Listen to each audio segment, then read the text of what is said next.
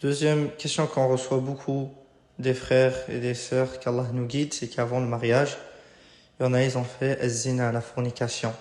Et ils demandent, et après cela, ils veulent se marier.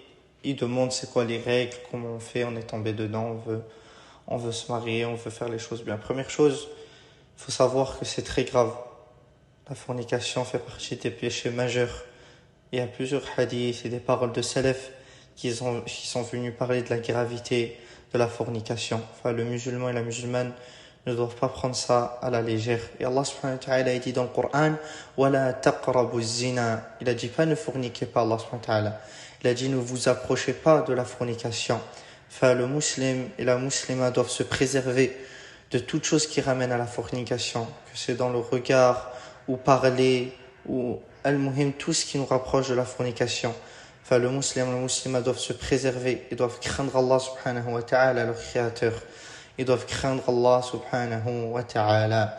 Deuxièmement, quand ils nous posent cette question, la première chose qu'il faut, la première règle et la première chose, c'est se repentir. Si la personne est tombée dans la fornication, dans le zina, ou elle a parlé avec une femme, ou al-muhim, il faut qu'elle se repentit. Il faut qu'elle fasse une tawbah sincère. Que ce soit de son côté, lui ou elle. Les deux, il faut qu'ils se repentent à Allah subhanahu wa ta'ala. Ils demandent pardon à Allah subhanahu wa ta'ala. Ça, c'est la première règle. S'ils ne se sont pas repentis, on ne peut pas les marier. La condition, il faut que les deux se sont repentis. Ils arrêtent tout péché, ils regrettent leur péché, ils arrêtent et ils refont les choses bien. Qui veut dire que l'homme, il va vers le tuteur, il demande la main, etc. Enfin, il faut qu'ils se repentent, ils refont tout à zéro, tout bien, ils se bloquent, ils regrettent leur péché. Puis après, en deuxième, il y a celui qui a que parlé avec une fille. Enfin, lui, il faut qu'il se repentit, il faut elle qu'elle se repentit, comme on a dit. Puis après, là, on peut les marier. S'il y a eu la fornication, puis après, comme on a dit, ils se sont repentis, il faut qu'elle attend une période de règle pour se purifier. Si, wallah al-musta'an, il y a eu fornication, elle est tombée enceinte, il faut attendre jusqu'à qu'elle accouche, puis après là, lui, il peut la marier. Ils font tauba, puis après, il attend qu'elle accouche, puis après là, il peut la marier, wallah al-musta'an. Ils font tauba, ils demandent pardon à Allah subhanahu wa ta'ala sincèrement.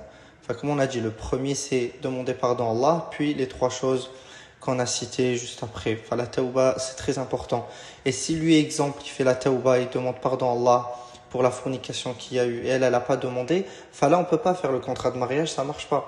Il faut que dans les deux cas, ils font la tauba, ils se repentent, ils demandent pardon à Allah, ils regrettent pour le péché qu'ils ont fait, et on demande à Allah subhanahu wa ta'ala أن يثبت قلوبنا على دينه. نعم.